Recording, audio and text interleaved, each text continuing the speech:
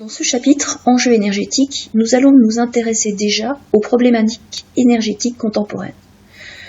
Étudions tout d'abord la consommation énergétique mondiale. D'après le graphe, on constate qu'elle ne cesse d'augmenter. En 1975, cette consommation atteignait environ 6 000 millions de tonnes équivalent pétrole, et en 2005, on en était à 10 000 millions de tonnes équivalent pétrole. Donc par rapport à l'évolution présentée, on peut considérer que la consommation actuelle a doublé depuis 1975. Des ressources énergétiques les plus utilisées, on constate que ce sont des énergies non renouvelables.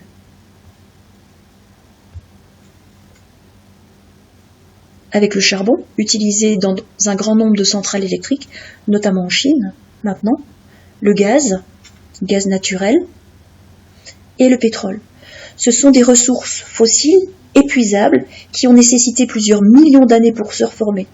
Leur exploitation n'est pas sans conséquence sur l'environnement parce qu'elle conduit à la formation de polluants atmosphériques ou encore de gaz à effet de serre. On trouve aussi l'énergie nucléaire avec l'uranium. Utilisée dans des centrales nucléaires et mettant en jeu des réactions de fission, l'énergie nucléaire n'est pas non plus sans impact sur l'environnement, notamment avec le problème de gestion des déchets radioactifs. Concernant les énergies renouvelables, elles dépendent d'éléments que la nature renouvelle en permanence.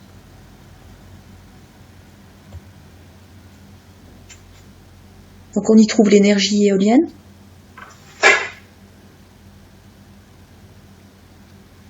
la mise en place d'énergie solaire avec des panneaux solaires photovoltaïques, par exemple, l'énergie hydraulique avec les barrages, la biomasse dont la durée de formation est comparable ou inférieure à l'échelle humaine, et enfin, la géothermie qui utilise la chaleur du sous-sol. En 2013, la production d'énergie renouvelable dans l'Union européenne représentait environ 24% de la production d'énergie totale.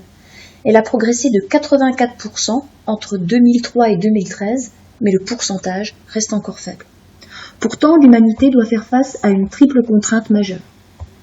Développer l'accès à l'énergie pour l'ensemble de la population, qui ne cesse d'augmenter, minimiser l'impact de l'activité humaine sur l'environnement, économiser les ressources fossiles non renouvelables.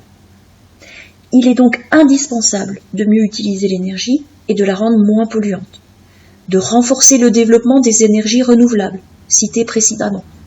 Il est donc aussi indispensable de développer de nouvelles sources d'énergie, d'où de nouveaux projets scientifiques.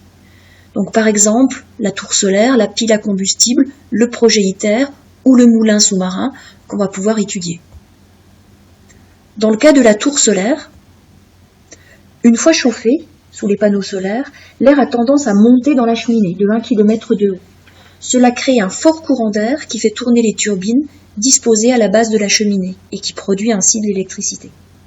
Une centrale de ce type devait être bientôt mise en place dans le désert australien. Développer les piles à combustible. Donc remplacer les moteurs classiques à combustion avec des piles à combustible utilisant donc du dihydrogène et du dioxygène.